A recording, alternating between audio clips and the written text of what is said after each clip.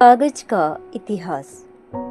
कागज बनाने की शुरुआत चीन और मिस्र में हुई। मिस्र में एक विशेष पौधों के पत्तों से कागज का काम किया जाता था। जिस तरह भारत में भोजपत्र के उपयोग का विवरण मिलता है, मिस्र में बहुतायत से पाए जाने वाले इस पौधे का ऊपरी छिलका उतार लिया जाता था और डंडी लंब रूप में बीच से चीर दी जाती थी। इसके पश्चात वे डंडियां हाथों से बटी जाती, जल में भिगोई जाती, फिर दबाकर सुखाने के पश्चात चिकनी की जाती।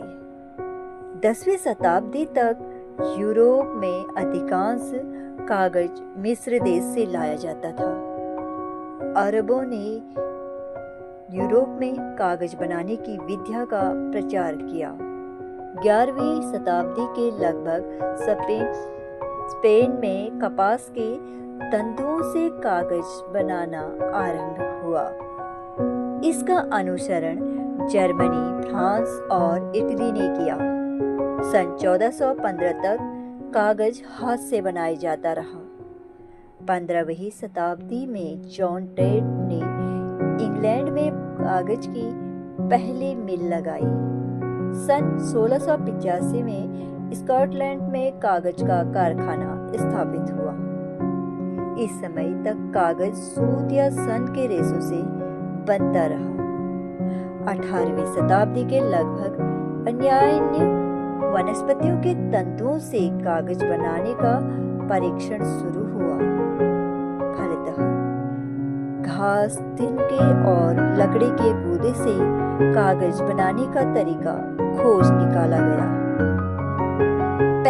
पहल 15वीं शताब्दी के अंत में फ्रांस में मशीन का बना कागज तैयार हुआ। इस प्रक्रिया में गूदा चलनियों में छोड़ने पर जब पानी निकल जाता था, तब उसे ऊनी कपड़ों से मढ़े हुए बेलनों से दाब कर रखते थे और फिर गरम बेलन चलाते थे।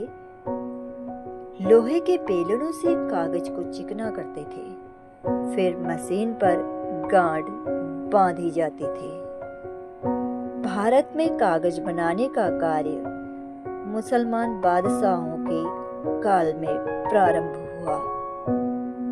अकबर के जमाने में पल्प से कागज बनने लगता था। तथापि कागज दीर्घकाल तक विदेशों से आता रहा। प्रथम विश्व युद्ध के प्रथम विदेशों से कागज का आयात नहीं हो सका। तब देसी उत्पादकों को कागज के उत्पाद में अपनी स्थिति सुधारने का अवसर मिला।